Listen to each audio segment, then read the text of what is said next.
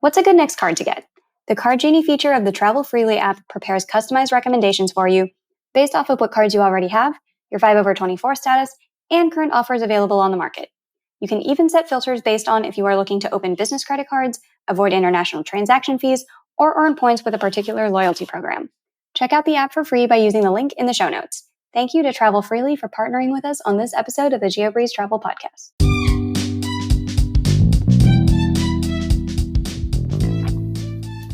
Welcome to the Geobreeze Travel Podcast, a show for anyone wanting to level up their travel hacking lifestyle. I'm your host, Julia Menez. I'm a travel hacker, coach, speaker, Filipino-American ENTJ who loves solid travel gear and using shortcuts on spreadsheets. On this show, I'm on a mission to bring you travel hackers from all walks of life to help you level up your travel hacking game. We dive into credit cards, miles, points, strategy, mindset, and the secrets behind how to travel the world for next to no cost. So let's get hacking. We had these same questions too. We learned as a team as we wrote about these things and tried to help, the people that were relying on us to sort out their, now upended travel plans, exactly what was going on. And we learned at the same time, a lot more about refund laws in the United States, a lot more about, really the absolute best airline programs to use when using miles in order to make sure that you're not basically pulling teeth trying to cancel that award or change it and get your miles back. Hey there, points people. You just heard a clip from Kyle Potter. Kyle is the executive editor of the Thrifty Traveler website.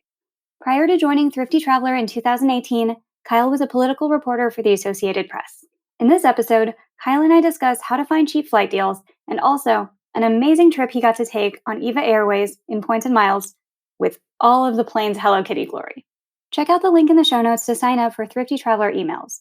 And if you would like to try out Thrifty Traveler Premium, which filters results down to just your home airport and also sends you advance notice about deals in business class, flash sales, and more, make sure you use the code Geobreeze to get $10 off of an annual subscription. And make sure you check out my free newsletter as well. Each week, I send out an App of the Week recommendation to help you stay organized and earn more points with different apps. The newsletter also includes a secret link to a free Points and Miles coaching call with me. You will not find this link anywhere other than in the newsletter. Sign up using the link in the show notes. And now, on with the show. Hey, Kyle, welcome to the Geobreeze Travel Podcast.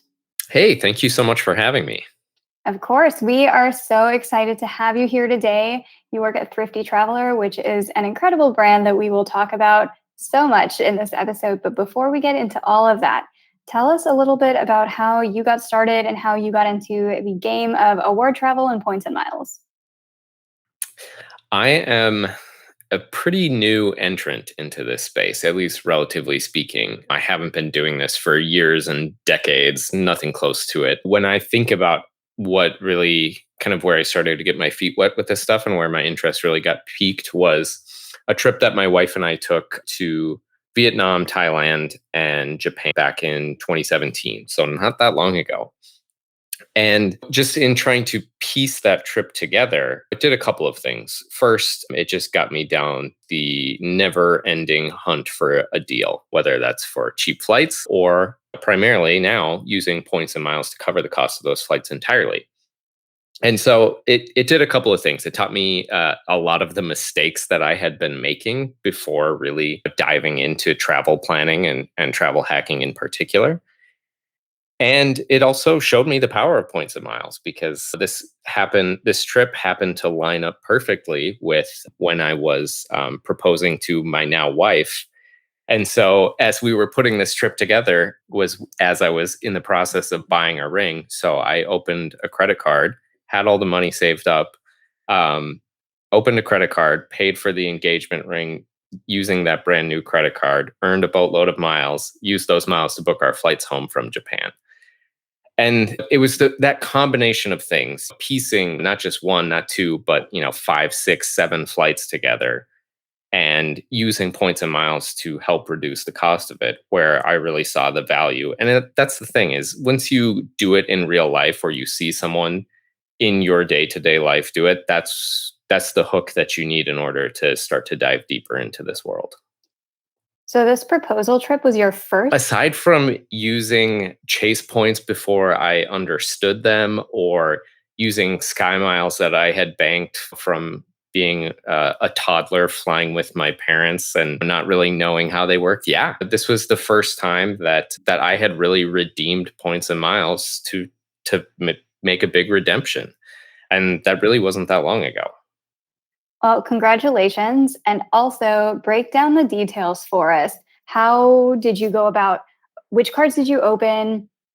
How many points did you earn from the sign up bonus? Where did you transfer them? What airlines? What hotels? Give us all of the details of this first amazing redemption trip. In this case, it was a pretty boring redemption. My wife and I live in Minneapolis, so we are Delta hub captives. If we want to go anywhere nonstop, we have to be flying Delta. So in this case, I just opened one of the Delta co-branded American Express cards at a time when they were offering, I think, either 60 or 70,000 miles on one of the Delta Gold Amex cards. And we used that to fly one way back from Japan, where we kind of wrapped up our trip visiting my wife's brother, who was teaching abroad in Japan at the time. So we used that to fly one way. And this was at a time when Delta could be relied upon for its award chart and its pricing. So it was 35,000 sky miles each to fly one way, Tokyo back to Minneapolis in economy. So nothing super exciting, but again, it was that taste of being able to do that. What would have been a $900+ flight one way, which really, that's where I kind of got my first taste and really, frankly, got hooked. Did you propose in Japan, you said? I I actually proposed prior to taking this trip, although my wife was very concerned before this happened that I was going to propose while we were in Ha Long Bay in Vietnam or on a beach in Thailand, and she was going to have to worry about her ring before we went. And luckily, that wasn't a problem. We took care of that beforehand. Awesome. Did you get the hotels on points and miles as well during this whole trip? That's the thing is we didn't. Part of that was a combination of for the places that we went in both Thailand and Vietnam, it's so cheap to stay in not just 3 but 4 and in some cases 5-star hotels that the pressure wasn't really there. It was also frankly pretty early in my points and miles journey, and I didn't really think beyond booking flights using points and miles. So no, we didn't. Although if I had to do it over again, maybe we'd stay somewhere a little bit nicer in some of these places. Yeah. And that's an awesome strategy too, where I think a lot of people get really caught up on never ever paying money again for anything. And they go through all of this extra effort to earn these points just to get an $80 a night hotel for free. That's a very nice hotel, but you might as well like save yourself the time and just pay cash for the hotel, earn a few points, and then use them for somewhere else where it's maybe not quite as affordable. So no shame at all for doing partial points, partial money, because I think that's part of the strategy and part of the game is you always just have to figure out what's the best thing to do rather than getting so caught up on never paying money again for anything. Exactly. There is absolutely a time and place for using points and miles or free night certificates or whatever you may have at your disposal. And in this case, I stand by that decision. It wasn't that time, especially when we could stay at a 5-star resort in Thailand for $85 a night. For sure. So when you were first getting started with points and miles, what's one mistake that you made early on where you want to say to listeners, hey kids, don't do I don't have a big points and miles mistake per se. What I do have is just a big overall travel planning mistake. So actually, when I was planning this trip, this is seared into my memory. It's probably the single biggest mistake I made. I just had it in my head that in order to fly to Bangkok, I needed to start from LA. So that was the only airport that I searched for, searching for economy flights from LA to Bangkok.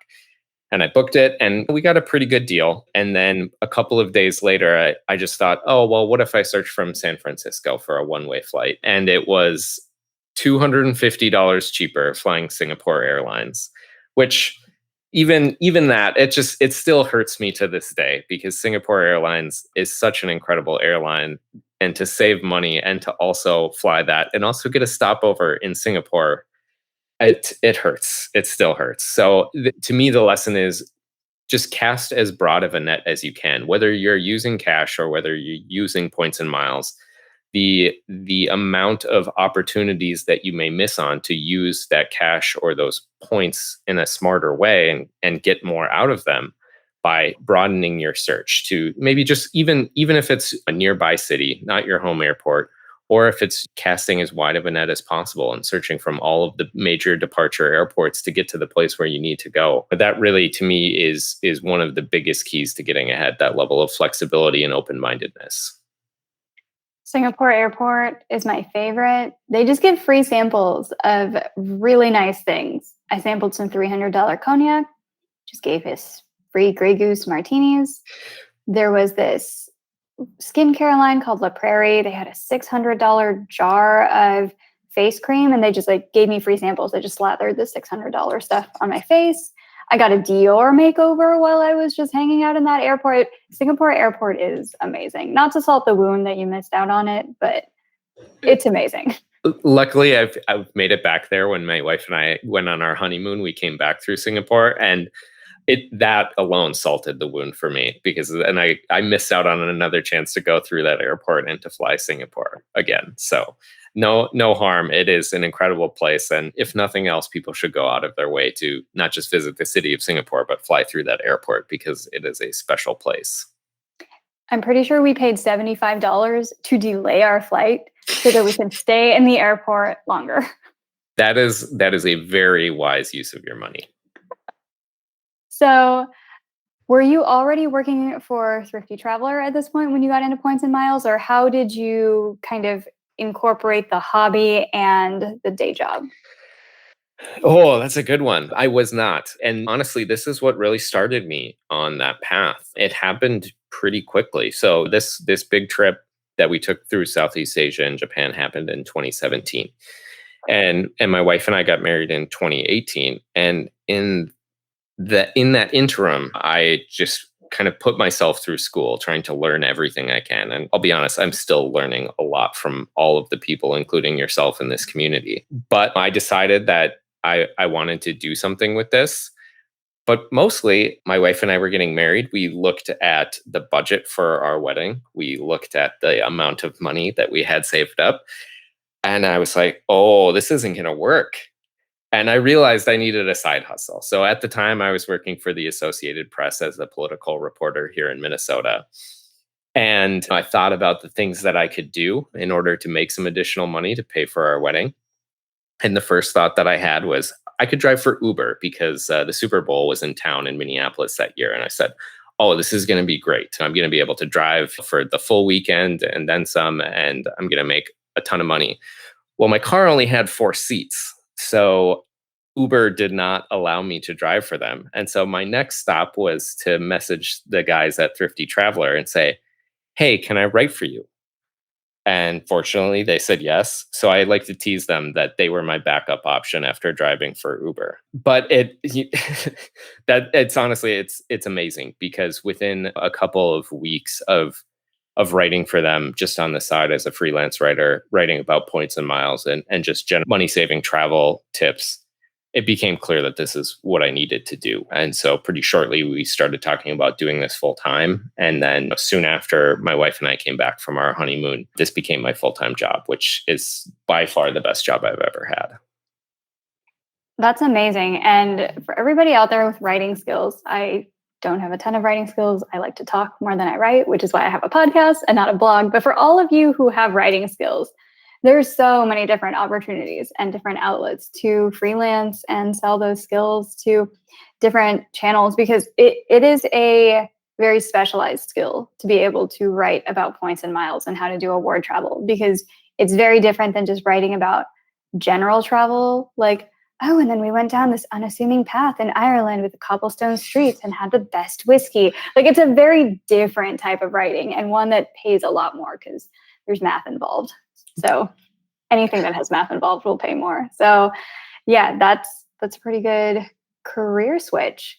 Like I said, this is the best job I've ever had. I get to write to not write about things that make people mad, like politics, like I used to, but I get to write about things that make people happy and help people do the things that they want to do more in their lives, which is honestly really incredible and fulfilling. It's been a lot harder for a lot of the past year and a half due to COVID. But with any luck and a lot of science, things are looking much better than they were a year ago. Yeah. How did you guys navigate the pandemic? Because I know lots of different travel sites and lots of different point sites were really struggling during the pandemic. Did you guys see a huge dip in subscribers or advertising? I'm not sure all of the different ways that you guys make money. I know that you make money through the subscriptions, which we'll talk about in a little bit, but how was business during the pandemic? You touched on the subscriptions, and honestly, there's no way to answer that question without going immediately to that because that was the saving grace. We have a subscription model where we have a service called Thrifty Traveler Premium, where we send cheap cash flights, both domestic and international, as well as award alerts to book great business and first class cabins using points and miles. And we had built up a lot of goodwill through that. So we had a lot of really loyal customers and members who luckily stood by us while they couldn't travel and understood um, and were grateful for the fact that prior to COVID, they had been able to do a lot of things in part because of the deals that we sent them. And so having that recurring revenue was really huge to the company. People that were happy to pay another year annual fee because they understood that travel was going to come back. The other part of it was just we pivoted really hard. As soon as the pandemic hit, we understood that we were in a role where, beyond what we do for our members, sending flight deals and award space alerts, we could be a source of education for people to navigate an increasingly complicated decision-making process for doing things with travel as travel plans were canceled, as countries were shutting down. So explaining to people about the process of getting refunds and award redeposit fees and figuring out exactly how far COVID was going to go to disrupt people's plans over the course of the ensuing year. So to me and to the rest of our team, those things were really the key to getting through this, was leaning on our members who stood by us, thankfully, and also trying to continue to provide some value to them that they couldn't get from other places. That is really valuable information because I know that throughout the whole pandemic, I barely traveled because I'm like, I can't figure out vaccines, who requires what. We canceled at least 3 trips. It was a disaster trying to get our points back, especially if you book it through points, especially if you're booking it through something like a Chase portal or an Amex portal. Disastrous. So I'm sure all of your audience was very, very grateful to have that kind of information because it was hard to come by. And it's hard to come by in Google too, because everybody's Googling these things. And if you're a smaller publication, people can't find you. So your readers had access to a lot of good stuff. Yeah, that's what we tried to do. And look, you nailed it on the head. We had these same questions too. We learned as a team as we wrote about these things and tried to help the people that were relying on us to sort out their now upended travel plans exactly what was going on. And we learned at the same a lot more about refund laws in the United States, a lot more about really the absolute best airline programs to use when using miles in order to make sure that you're not basically pulling teeth trying to cancel that award or change it and get your miles back. What kind of changes to travel do you think we're going to see with the new Delta variant coming into play? Because we saw coronavirus and then it kind of got better and people started traveling again, and then it might get worse again. So how does that affect your writing and what you guys are publishing? We've been talking about this a lot lately. It's tough. On the one hand, it's very clear that things are serious right now with the Delta variant coming back and coming back pretty rapidly. Fortunately, because of the amazing work of scientists, not just around the country, but around the globe, we're much, much better prepared than we were this time last year to cope with future outbreaks and limit the hospitals being overrun.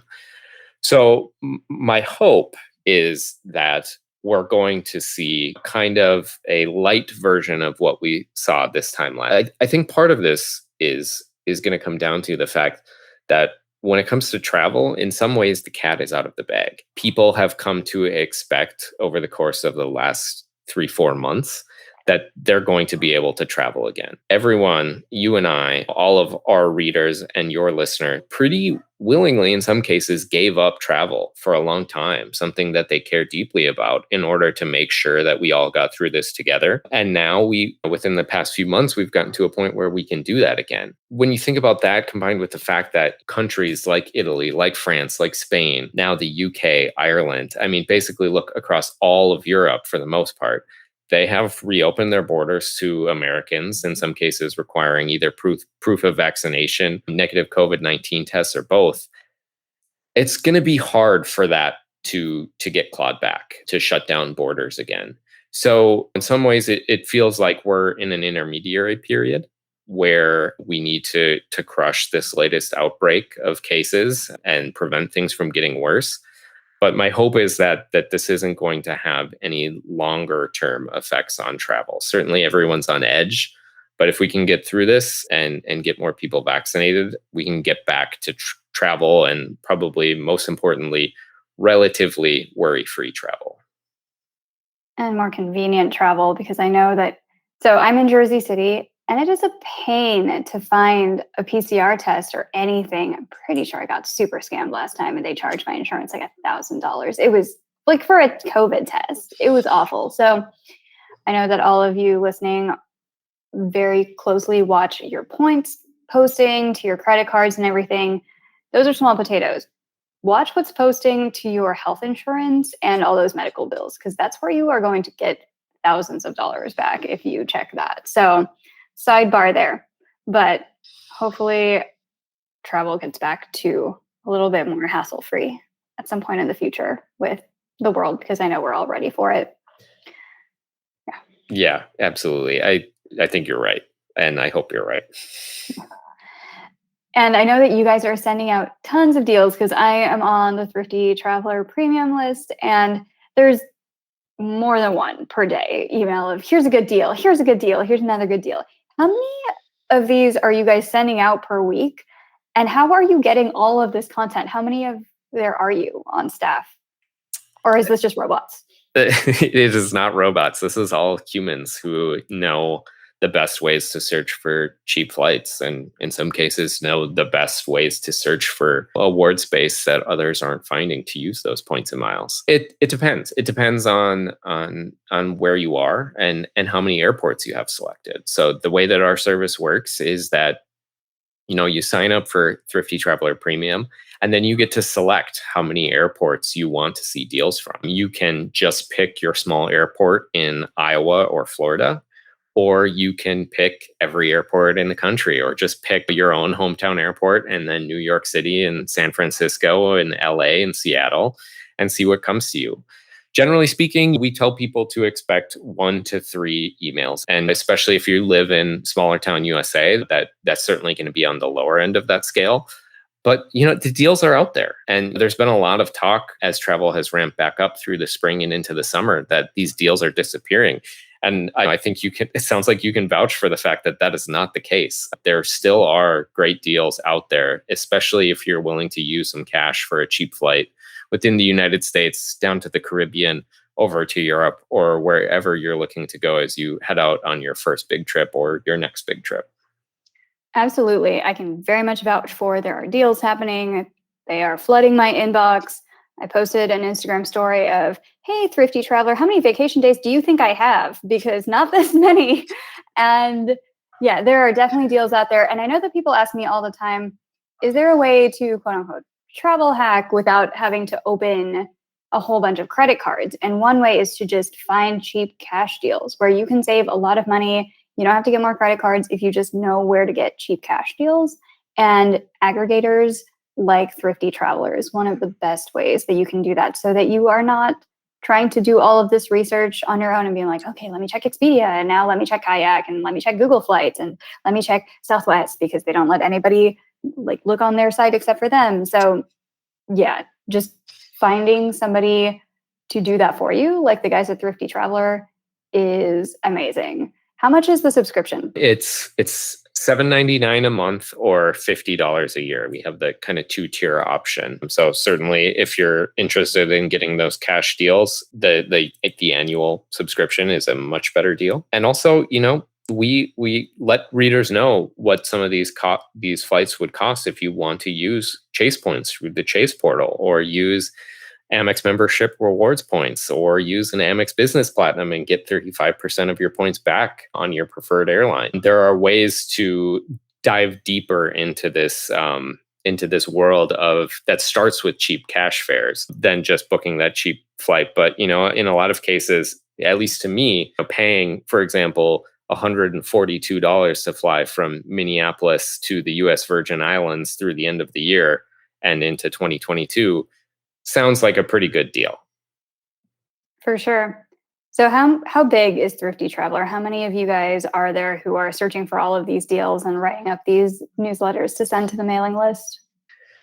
We have 7 full-time team members here in Minneapolis, and we just hired someone new who's started and is helping out with finding flight deals. But, we all do a lot of different things. So really, the people who are finding these cheap flights and finding award space and sending them out to you and to others of our members is, at any given moment, 2 or 3 at absolute most. And it's just because we have tried to turn this into as much of a science as we can. It's still art, more art than science. But, over time, we've learned the right tools to use. We've built some of our own tools to try to find the needle in the haystack a little bit more frequently. And I think we've gotten pretty damn good at it. Yeah, for sure.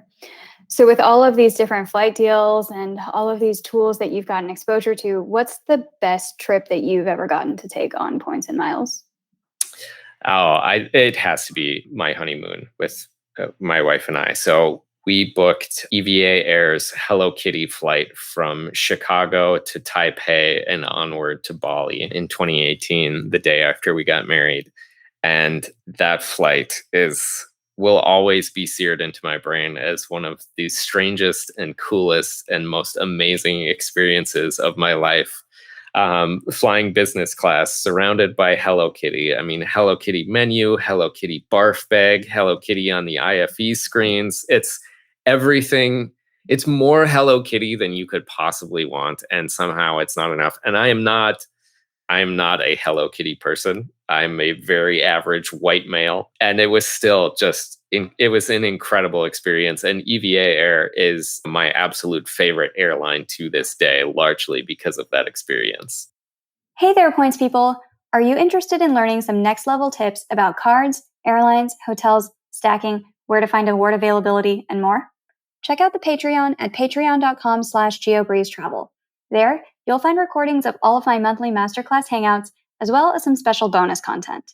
And now, we are also doing some gift card giveaways each month to some lucky Patreon members. Check out the show notes for the link to join. This week's Patreon shoutout goes out to Regina. Thank you so much for being a part of the Geobreeze Travel Patreon community. I have flown on the Hello Kitty flight, I think that exact same route. It wasn't from Chicago. We flew from Denver through Vancouver, through Taipei to Bali. And we were in economy, but we stepped on the plane. And I didn't even know it was going to be the Hello Kitty plane. I was just like, oh, EVA Airway, that sounds like a good airline.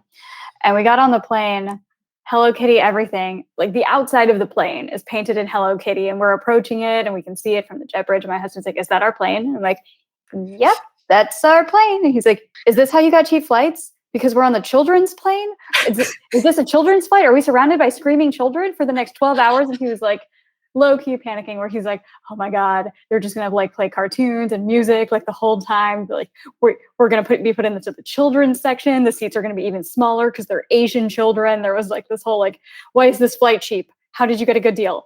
And yeah, the Hello Kitty flight, EVA Airways, which is great, by the way. And I love their snacks. You get these little Hello Kitty shaped goldfish crackers. You get super cute bento box things. And this is all economy. So I'll let Kyle talk about the business class experience in a little bit, but food is super cute. The pillows are super, super cute. Everything, there's so much cuteness around you in this plane. The flight attendants' uniforms, also super cute. Just super cute flight. What was business class flight like on this? Oh, it was amazing. I mean, everything. The food was really great. Some of the best food I've still had on an airplane in business or first class to this day. It was a Hello Kitty flight, so of course they had rosé champagne. They had Vouv rosé, which was equally incredible. The service was still the best I've ever had on an airplane. And part of this is I have my Hello Kitty tinted glasses on because this was our honeymoon flight. This was the first time that either of us had really flown long haul international business class. But I'm gonna just babble on about it, so you're gonna have to cut me off. It was just one of the coolest experiences. And like you, I we booked this flight at a time when I thought that they would no longer be flying the Hello Kitty plane from Chicago. And I thought, great, we're going to miss out on 15 hours of Hello Kitty. Perfect.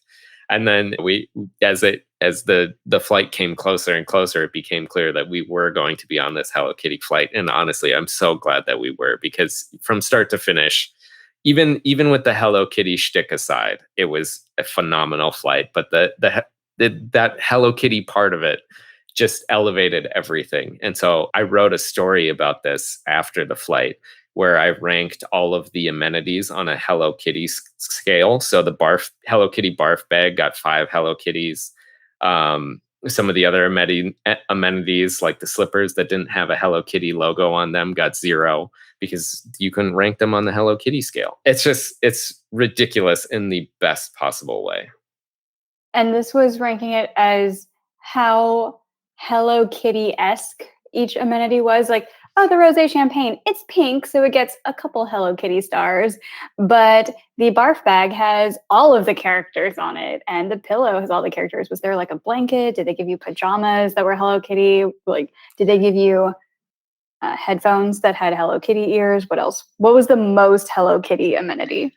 I think I think the barf bag was one of the few that got 5. I think the Vouv Rosé champagne also got 5 Hello Kitties because it was that perfect combination of there's a little bit of Hello Kitty here, but also it's just a very nice champagne. So I have to give this 5 Hello Kitties.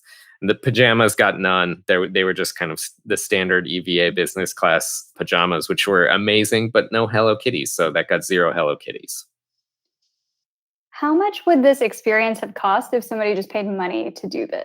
I want to say that these flights would have cost us about $5,500 per person from Chicago to Taipei and then onward to Bali. And we booked these flights using, I believe, 78,000 Avianca Life miles each. That's not bad.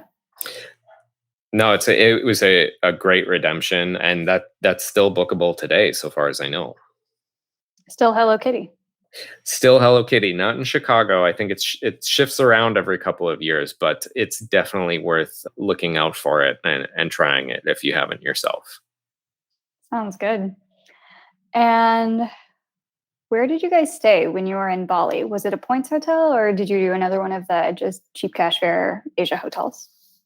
This was one of those cases where, we stayed at a local resort on the east coast of Bali. There weren't many, if any, points options. And we found this amazing local resort where we had our own villa with a private pool overlooking the ocean for, at the time, it was about $120 a night.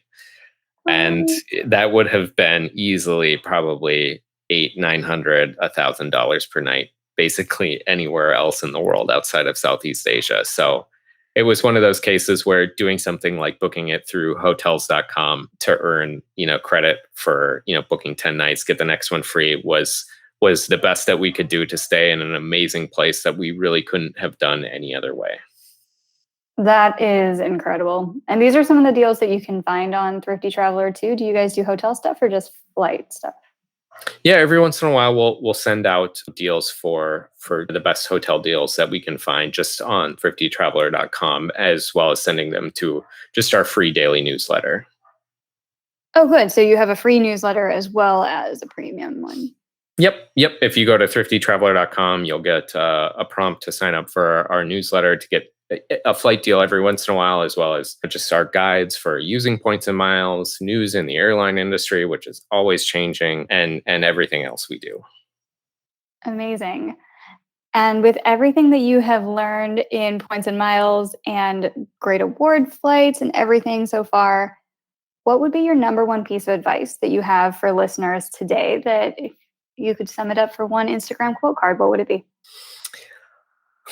Nobody knows your travel goals better than yourself. That's hard to wrap your mind around as you're just getting started in this, because there are so many knowledgeable people in this space and so many places to get information about the best credit cards and the best points and the points that you should be earning and the airline mileage programs that suck. But that is one person's perspective or one website or one group's perspective. And so the best thing that anyone can do is learn the basics in a good place and then figure out how that applies to your own travel plans and goals. I think too many people get hung up on the perspective of one or several people about maximizing your points for the absolute highest dollar amount or collecting one airline or credit card currency points or miles program because it's the most valuable. But that's not going to work for everyone. So if you can get a solid foundation and use that to shape what's going to work best for you and what you want to do for your travels and do to use points and miles, that's the absolute best thing that you can do. That's excellent advice. I get so many people who come to my coaching calls, which, if you want to do that, you can grab the link in the show notes to book one. But I get so many people who are like, I need to make the most of my points. I'm going to hoard them until I can stay at the Hyatt Paris Vendôme or fly first class Emirates to Dubai. I'm like, guys, I haven't even done those things. I just use my points and miles to take some cool domestic trips, go to the Caribbean, get some nice Hyatt staycations in New York City. Like, you don't have to be perfect in every sense, where there are some people who are so afraid to ever use their points or to ever even get started with the game because they're like, I don't know everything and I want to make every move be perfect. And I want to save $20,000 instead of just $2,000. I'm like, you're saving $2,000. Like, it's pretty good. And as you get deeper into the game, you'll earn more and more points. You'll learn better redemptions. You'll get more out of each point. And I I would very much caution people from getting some kind of analysis paralysis where you're so afraid to make a move that you just miss out on free travel this year because you're like, I'm going to study this for another 3 years before I ever do anything. So, all that to say, just go ahead and get started. And everybody has their own style. Use your points in a way that just makes you happier with traveling. And that's all any of us can really do. Yeah, the best use of points and miles is for something you wouldn't otherwise afford or pay for. That means something completely different to every single person that you talk to. And honestly, as I think back to the lesson that I learned about not searching for flights from San Francisco and only searching from LA, the biggest teacher that you can have is by making a mistake. That mistake that I made 5 years, almost 5 years ago now, is still informing the things that I do at a much higher level than I was 5 years ago. Just learning what Delta Sky Miles could do, just learning what Chase Ultimate Rewards are. I'm still folding that lesson into everything that I do today. Absolutely. Great advice.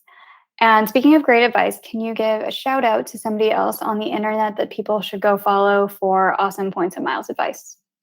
Yeah, I have two. The first is Dave Grossman from Miles Talk. I love reading Dave. This space is filled with a lot of big sites where everyone zigs and zigs and zigs, and Dave is constantly zagging, doing something different, finding value where others don't, searching for value where others are focusing on kind of the hot topic of the day.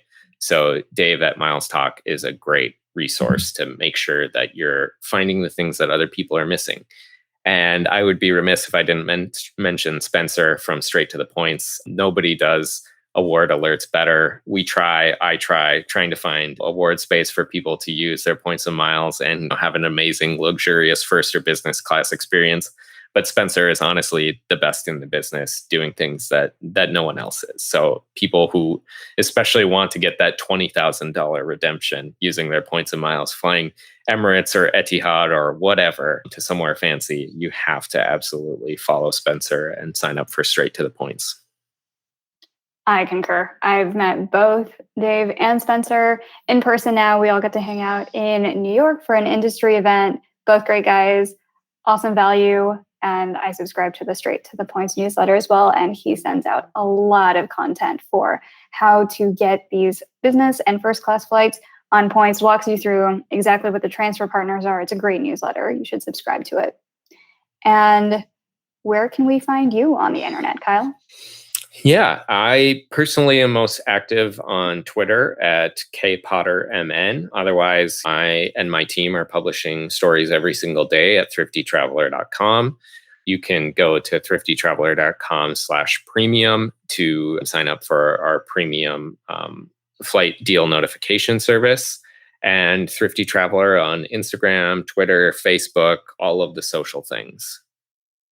Awesome. Well, it was so great to have you on the show today and to get to learn about your amazing Hello Kitty experience, first of all, and your proposal story, but also all of the amazing value that we can find with Thrifty Traveler. So everybody, please go check out their site. And thank you, Kyle, for coming onto the show today. Yeah, thank you so much for having me. This has been a blast.